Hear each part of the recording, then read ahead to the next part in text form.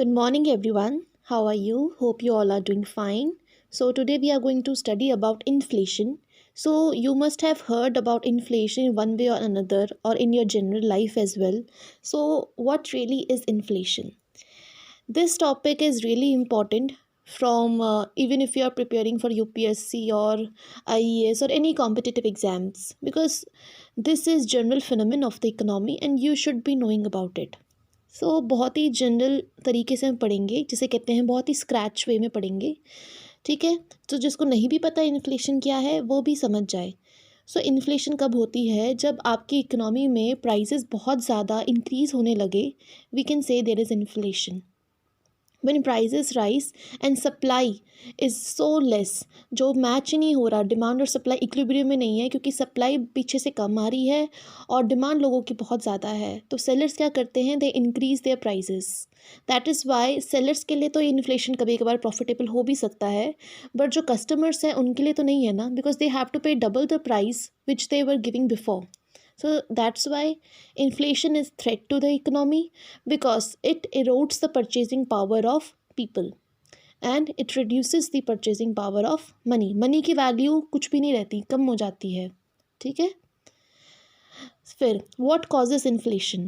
अब इन्फ्लेशन क्यों होता है? पहले तो डिमांड पुल इन्फ्लेशन और कॉस्ट पुश इन्फ्लेशन एक टाइप है इन्फ्लेशन की. डिमांड पुल इन्फ्लेशन मतलब जो डिमांड से इन्फ्लेशन हो रहा है. फॉर एग्जाम्पल, मान लो डिमांड बहुत ज़्यादा आ रही है, for example food inflation, demand बहुत ज़्यादा आ रही है लेकिन पीछे से सप्लाई फूड की इतनी नहीं है, तो क्या हो जाएगा?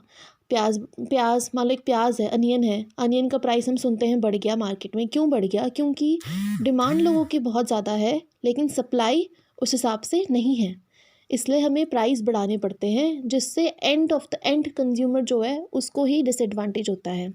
फिर आता है कॉस्ट पुश इन्फ्लेशन.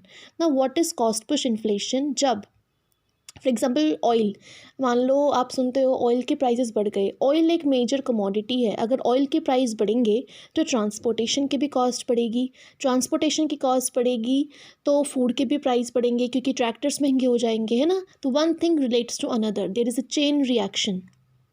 डीवैल्यूएशन, जब हमारी करेंसी रुपीज़ की वैल्यू डॉलर्स के कंपैरिजन में कम हो जाए, डीवैल्यूएशन. राइजिंग वेजेस, अब अगर देखो प्राइजेस बढ़ती रहेंगी तो जैसे मैंने कहा money, value of money decreases. जो ट्रेड यूनियंस है दे डेवलप, वो क्या कहते हैं? They force the employers to increase their wages, because value of money is already falling. अगर उनको वेजेस बढ़ाएंगे अगर एम्प्लॉयर्स, तो ऑब्वियसली उनकी कॉस्ट ऑफ प्रोडक्शन भी बढ़ेगी, है ना, जिससे उनका प्रॉफिट कम हो जाएगा, जिससे वो और महंगा कर देंगे, जिससे जो एंड कंज्यूमर है उसको लॉस है.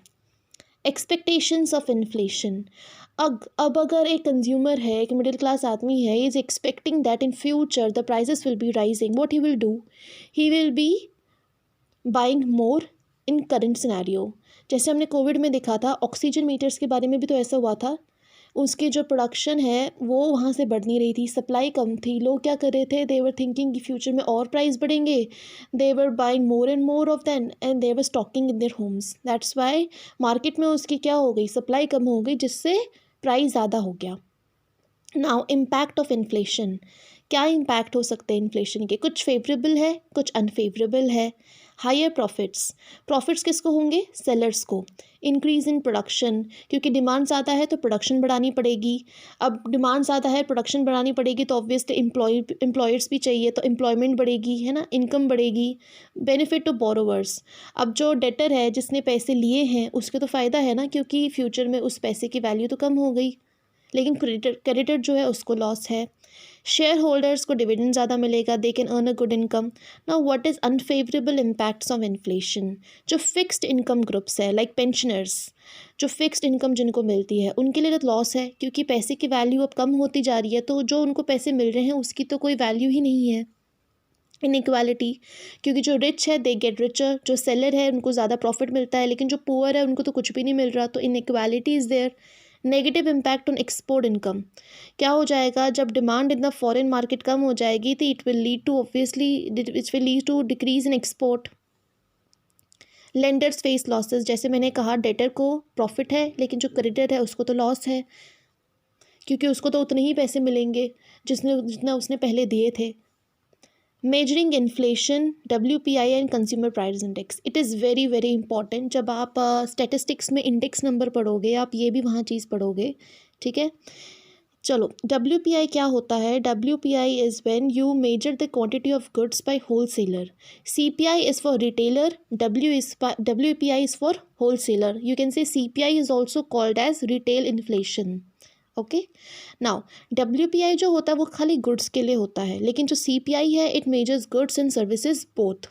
Inflation in WPI is measured in first stage, but remember in CPI it is measured in final stage. Wholesale WPI में कौन होता है? होलसेलर होता है, मैन्युफैक्चरर होता है, उसकी हम लोग प्राइस को मेजर करते हैं। लेकिन CPI में as it is retail inflation, we will measure the price which is paid by the consumer. The items which are covered in WPI are fuel, power, manufacturing, but in CPI it is more of general. Like general जो एक consumer के लिए है, housing हो गया, medical हो गया, education हो गया, transport, communication. Remember these. Many a times in UGC NET questions have been asked regarding this. The date of release for WPI is weekly, and for CPI it publishes monthly. WPI focuses on price of goods traded between business houses के बीच में, as it is relating to manufacturing and wholesaler, it relates to goods that is traded between business houses, but CPI जो है it focuses on consumers. ये कुछ recent data मैंने उठाया था, but इसे आप छोड़ दीजिए. Post Covid economy will not merely be reinflation. ये इकोनॉमिक्स टाइम्स का बहुत ही बड़ा आर्टिकल था, ठीक है. इसको मैंने रिसर्च की थी एंड आई थॉट कि आप लोगों के लिए जानना ज़रूरी है. तो इसमें कोविड-19 की बात हुई थी जब इन्फ्लेशन बहुत ज़्यादा हो गया था, जिससे क्या हुआ था, जो इंडिया में पुअर पीपल है they had to do what, उनको अपनी सेविंग से पैसे उठाकर खर्च करने पड़े, ठीक है. और कोविड-19 में सबसे इम्पॉर्टेंट चीज़ क्या हुई? फूड इन्फ्लेशन आ गया. फूड इन्फ्लेशन आ गया, लॉकडाउन आ गए काफ़ी, एग्रीकल्चर का जो सप्लाई चेन था वो ब्रेक हो गया, जिससे इन्फ्लेशन आ गया. उससे क्या हुआ? फूड इन्फ्लेशन में स्पाइक हो गया, जो खाने पीने के दाम है वो बढ़ गए, जिससे कंज्यूमर है उसको ज़्यादा लॉस हुआ. क्योंकि अब देखो जिसकी जॉब ही नहीं है, कोविड-19 में जिसकी जॉब ही चली गई, वहाँ से food which is a basic necessity, क्योंकि खाना तो है ही, इंसान को जीना तो है ही, क्या हुआ? उसके प्राइसेस बढ़ गए, तो उसके लिए तो लॉस है. उसकी हाउस होल्ड सेविंग्स पहले ही कम थी, वो और कम हो गई, जिससे मिडिल क्लास आदमी भी लो इनकम पे आ गया, लोअर मिडिल क्लास पे आ गया.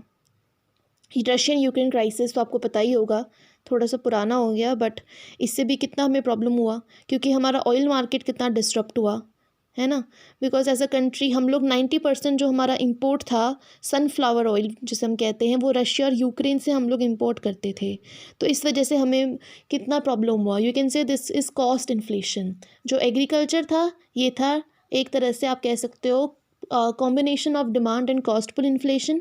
लेकिन जो रशिया यूक्रेन क्राइसिस था इससे हमें मेजरली कॉस्ट इन्फ्लेशन हुआ, बिकॉज ऑयल के दाम बढ़ गए. ऑयल के दाम बढ़ गए तो गैस के दाम बढ़ गए, गाड़ियों के दाम बढ़ गए, ट्रैक्टर्स के दाम बढ़ गए, एग्रीकल्चर प्राइसेस के दाम बढ़ गए, सब कुछ इंक्रीज़ हो गया. Now the future impact of inflation. Rising inflation, अगर इन्फ्लेशन बढ़ती रहेगा तो ऑब्वियसली एक फाइनेंशियल स्टेबिलिटी जो है इकोनॉमी की वो डिस्टर्ब हो जाएगी, ठीक है. हाँ, मैं एक पॉइंट आपको बताना भूल गई. जो कॉस्ट प्राइस इन्फ्लेशन है, जो RBI है, वो पहले WPI इन्फ्लेशन फॉलो करता था, बट अब वो CPI इन्फ्लेशन फॉलो करता है, ठीक है. तो इसमें यही है कि जो स्मॉलर फर्म्स है, जो छोटी फर्म्स हैं, उनके पास तो वो पावर नहीं है कि अगर प्राइस बढ़ भी रहे हैं तब भी वो लोग अपने बिजनेस में सर्वाइव कर जाए, है ना. तो एक स्टेबिलिटी होना एक इकोनॉमी में बहुत ज़रूरी बात है. इन्फ्लेशन हर एक गवर्नमेंट के लिए कंसर्न होती है, हर एक इकोनॉमी को स्टेबल रखने के लिए कंसर्न होती है, बिकॉज इन्फ्लेशन से ही रिसेशन, डिप्रेशन सब आ जाता है, जिससे इकोनॉमी पूरी तरह से डिस्ट्रॉय हो सकती है. तो कंक्लूजन में हम क्या सकते हैं? इन्फ्लेशन इज़ गुड और फॉर द इकोनॉमी और it is bad for the economy. Good कब होगी इकोनॉमी के लिए? जब कंट्री एक इकोनॉमी की फुल कैपेसिटी में नहीं है. ये केन्स ने भी कहा था कि जो ट्रू इन्फ्लेशन है it always start after full employment. True inflation always starts after full employment is reached.